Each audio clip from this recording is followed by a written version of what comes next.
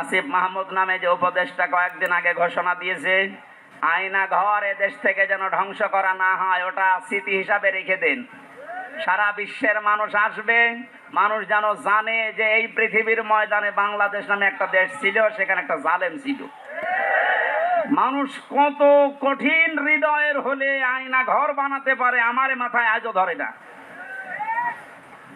আমান আজমির ঘোষণা শুনেছেন কয়েকদিন আগে, একটা মানুষ কত বড় কষ্ট পেলে কথাগুলো বলতে পারে বলেন।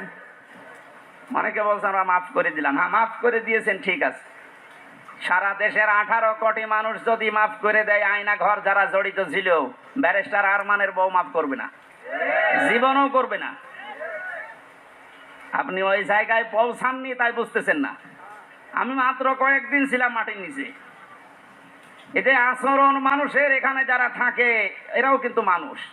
এরা শুধু একটু উপরে উঠবে, পদ পাবে, এই কারণে এত কঠিন আচরণ করতো। মুফতি ফখরুল ইসলাম আমার সাথে ছিল যতদিন, উনি বলছিল ভাই আমারে নিয়ে এই পায়ের ভেতর দিয়ে হাত দিয়ে সামনে যে রড আছে রডের সাথে লাগিয়ে তালা লাগিয়ে দিত। 24 ঘন্টা তালা লাগানো।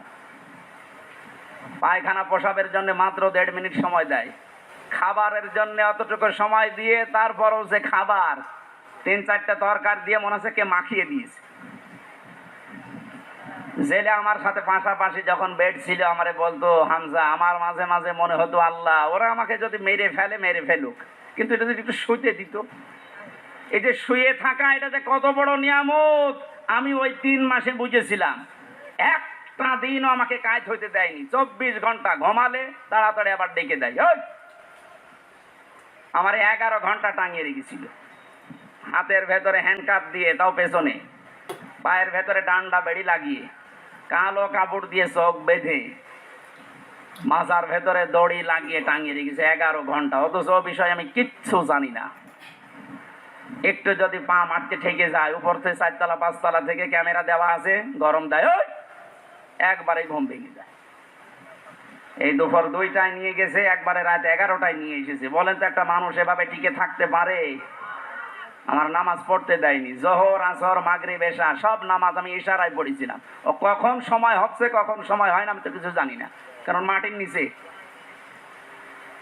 এই কঠিন পরিস্থিতি তৈরি করে এখনো অনেকে বলছে হ্যাঁ কি করেছে যে ওর পালিয়ে যাওয়া লাগলো। কি করেছে মানে আপনি টের পাচ্ছেন কি করেছে? চলেন আপনারা 10 দিন একটু রাখি, কি করেছে আপনাকে দেখাবো।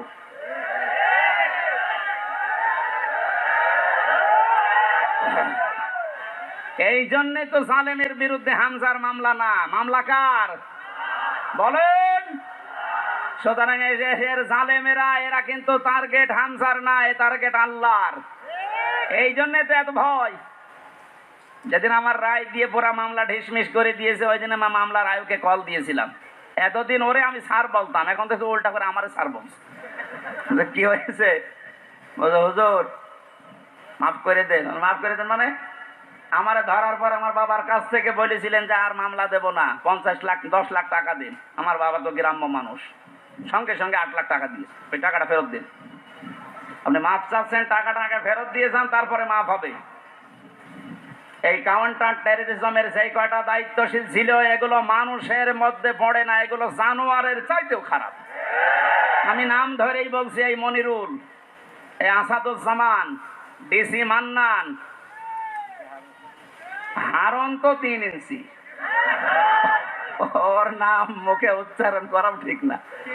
এই শয়তান এত উপরে উপরে দেখাতো, রিমান্ডে এসে মনে হয়তো তো ফেরেশতা, অথচ ভেতরে ভেতরে যে আলেমদের এত বড় ক্ষতি করিস। ওই যে ছোট হুজুর যেটা মাদানি, ও আমার সাথে প্রথমে 2 মাস ছিল। আমার বলছে হামজা ভাই আমারে নিয়ে গেল রাত 12:30টার দিকে হাতের ছিলে, পোড়া উলঙ্গ করেছে আমারে, আমার হাতে সিগারেট ধরিয়ে দিয়েছে, আর 2 পাশে ব্যারিকেড দিয়ে কেন কোনো গাড়ি আসতে না পারে।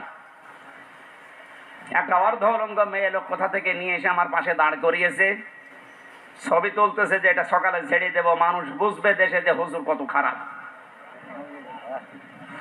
ও ছোট মানুষ, তো বয়স আমার সেম সেম, আমার 32 ও 30। ওই সময় হাও মাও করে কাঁদছিল ওই ফাঁসির কন্টেম সেলের ভেতরে। আমারে বলছে হামজা আমি তো একেবারে অসহায়, যে কেউ নেই, বললাম এক এসআই কে ডেকে, ভাই আপনারা যা করছেন এটা কি হারুন স্যার জানে? জানে না মানে উনি তো করছে। মজলুম অবস্থার দোয়া কবুল হয় আমার বিশ্বাস আছে। মন থেকে বড় দোয়া করলাম, আমার যা যা ওরা দেখেছে, আল্লাহ আমার সাথে যারা জড়িত এদেরকে তুমি ওইভাবে অপমান করু। আল্লাহ করায়নি। হারুনের রাস্তায় বের হওয়ার আর সম্ভাবনা আছে? ওর নাম এখন মানুষ হারুন ভুলে গেছে, ওর নাম এখন 3 ইঞ্চি। মহিলারা পর্যন্ত জিকির করছে 3 ইঞ্চি 3 ইঞ্চি। কত অপমান করবে আল্লাহ বলে। সেদিন কুষ্টিয়ার জেলা আমির অধ্যাপক আবুল হাশেম সাহেব একটা আয়াতের ব্যাখ্যা করছিলেন আলেমদের সমাবেশ। অনেক জালেমরা মনে করেছিল চেয়ারে ছিলাম এমন হয় আল্লাহ আমাদের ভালোবেসেই দিয়েছে। আমার কুষ্টিয়ার সদর থানায় যেদিন সে 11 সালে প্রথম গ্রেপ্তার করে, আমি সুদের বিরুদ্ধে বলেছিলাম, এই আমার অপরাধ ছিল। আমার শিবির করে, শিবিরের ক্যাডার রক কাটি বেড়ায় আন্দাজে। এগুলো নিয়ে যখন নিয়ে গেল, আমারে বলছে ওসি সাহেব, ওই সময় আসাদুজ্জামান নামে এক ওসি ছিল, গোপালগঞ্জে বাড়ি। আমারে বলছে, হুজুর কুলিল্লাহুম্মা মালিকাল মুলকে তুতিল মুলকা মান তাশা, এই আয়াতের অর্থ বলেন তো। বললাম, আল্লাহ যারে চায় তারে ক্ষমতা দেয়, যারে চায় নামিয়ে দেয়। আমারে বলছে, এটা আপনি মানেন তো? মানি না মানে? হাসিনা যে এখন আছে এটা আল্লাহ চেয়েছে, জায়গা মতো হাত দিয়েছে।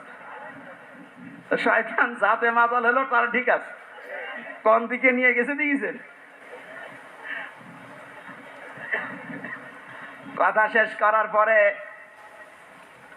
আমি যেটা এখান থেকে বের করতে পারি, ওনারা বোঝাতে চায় যে আল্লাহ আমাদেরকে দয়া করে, মায়া করে, মহব্বত করে, ভালোবেসে এই চেয়ারে রেখেছে। আমরা যা করছি এ কোনো অসুবিধা নেই, আল্লাহ আমাদেরকে।